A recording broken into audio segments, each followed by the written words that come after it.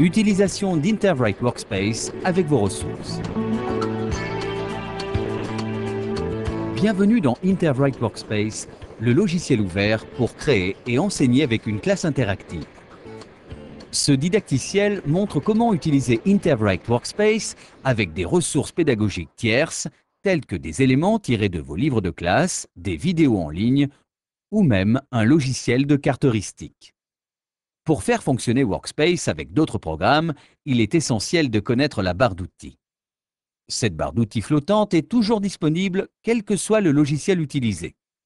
Elle permet également de garder les outils Workspace à portée de main. Prenons l'exemple d'une présentation sur le cycle de l'eau. Après l'ouverture de la présentation, nous regardons les premières diapositives tout en présentant certains concepts.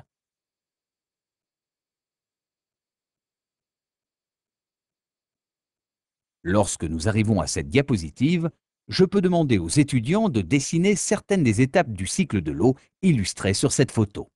Cliquez sur l'outil « Ligne » et choisissez une couleur visible telle que le jaune ou l'orange. Ajoutons également des flèches aux extrémités des lignes à l'aide de l'option « Flèche ».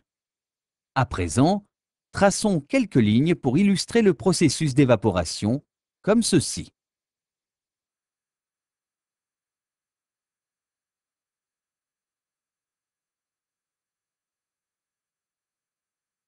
Enfin, passons à l'outil stylo pour nommer nos flèches.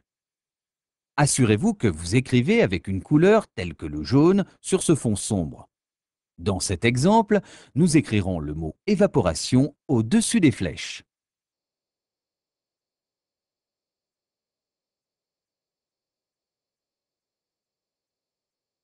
Vous avez peut-être remarqué que lors de la sélection initiale de l'outil Ligne, l'écran s'est modifié.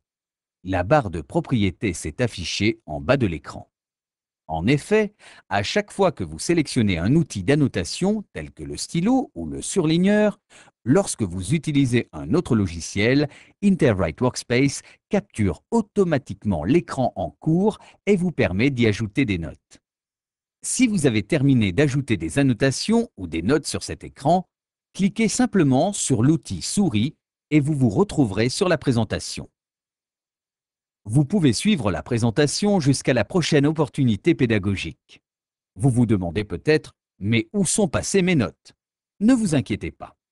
Workspace les garde dans le fichier ouvert en cours. Passons à la diapositive suivante et écrivons notre définition de la condensation. Sélectionnez de nouveau l'outil stylo et vous noterez que la barre de propriété réapparaît en bas de l'écran.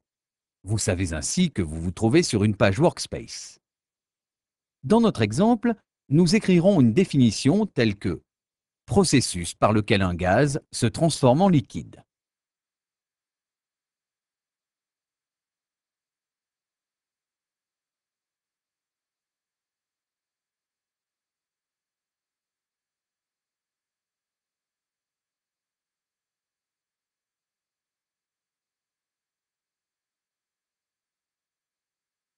J'ai maintenant deux pages dans mon fichier Workspace.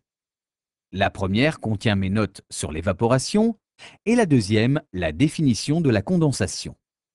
L'interaction avec un contenu pédagogique ou une leçon est aussi simple que cela avec Interwrite Workspace. 1. Un clic sur l'outil stylo pour annoter vos contenus pédagogiques et les enregistrer. 2. Un clic sur l'outil souris pour revenir dans votre environnement de travail habituel.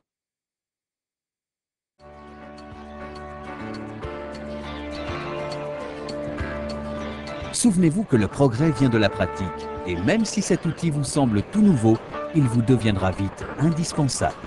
À vous de jouer!